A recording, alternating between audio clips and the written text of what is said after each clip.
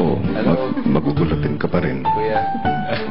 Magandang gabi and welcome back sa aking bahay. Papa. Kumusta ka? Okay naman po. Bulol pa rin. Ano bang fondest memory mo sa aking bahay, Sam? Yung concert na ginawa namin. Ano yun? Yung mga bonding namin. Namiss niyo ako, kuya. Oo naman. Siyempre. Ikaw, Zanjo, ano naman yung fondest memory mo? Ay, binabantayan namin yung mga itlog. Sabi nila dyan, hindi kami pwede matulog para mabantayan namin yung mga itlog. Kaya lang, lagi akong tulog. Hindi ko ako nakukuha nila yung mga itlog. And the only flower among the thorns? Angel?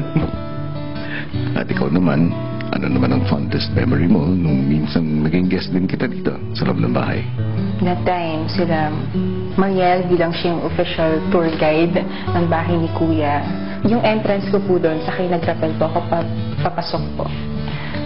Ang fun niya. Sana mag-enjoy din kayo muli sa pagpasok niyo ngayon sa loob ng bahay. May kuya. Baka naman po.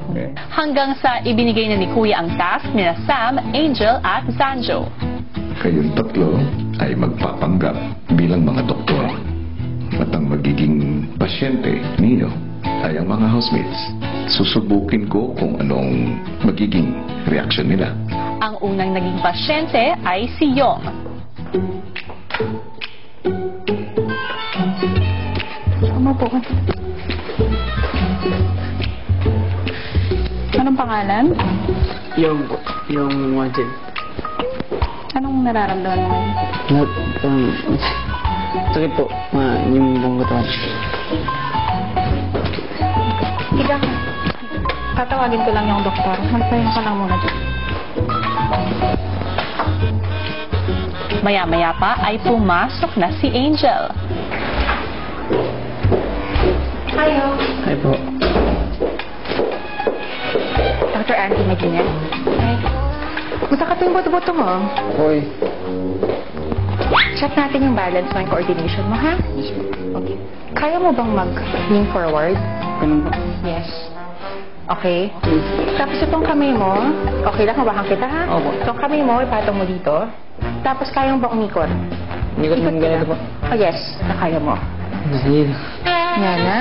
Sige, yuko ka pa, yuko ka pa, yuko ka pa. Okay? Sige pa. Bilis ng konti. Bilis ng konti. Pinaikot po ako, kuya. Hinagdan po kong nahihilo. Yung ikot kaya bilis. Stop! Okay, lakad. Kaya nang gamakad? Kaya po. Okay. Tayo ka ng konti. Diretso. Okay. Ano nararamdaman mo? Hilo. Hilo ka? Opo. Kumusta ang pakiramdam mo? Okay naman? Ganun po. Ah. Hindi po ako nagsigaw, kuya. Natulala lang, kuya. Sandali, ah. Okay lang? Ganun. Ka? Opo. Hinga ka malalim. 1, 2. Inhale. Inhale. Exhale. Kung pwede lang magsigaw, siguro rinig na ako. Paano? Sige nga. Sigaw ko talaga. Oo, paano? Ilang sandali pa at pumasok na si Sam para sa isang eye check-up. Ano mo sa tingin ko kailangan kong tawagin yung isa ko pang kaibigan kong doktor? Doon sa heart. Ano name mo? Sorry? Yung po. Yo. Opo. Dr. Max. What's that? Sumunod po si Kuya Sam Milby, kuya. Kuya po. Kaya ito, may mas pa, kuya. Nano ko din po. Ang mukhang gano'n. No! Bisita ba? Bisita!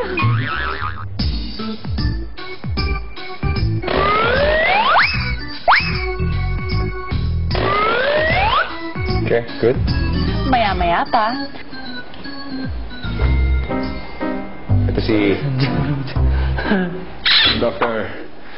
Christian. Yong? Yong. Ako si Dr. Christian. Nagulat po, kuya, magpasok. Kwabo, kuya. Ang mukha ko po, eh. So, ano gagawin natin sa kanya? Ako, chinek ko lang yung eyesight niya. Anong nakita mo? Mata. Nakita ng mata. Ano naman? Ito ang sabi niya. Hindi, parang pinipiloso po. Kasi, What he was saying is that Hindi. his, pangit po. his muscles and Dahil tila wala namang problema kay Yong, Bakit ano na lang talent mo? Hashtag lang po yun. Ano po ako lang po. beatbox ka ba? Ako? Para may beat siya. Beatbox. Beatbox? Okay ka. Ano po?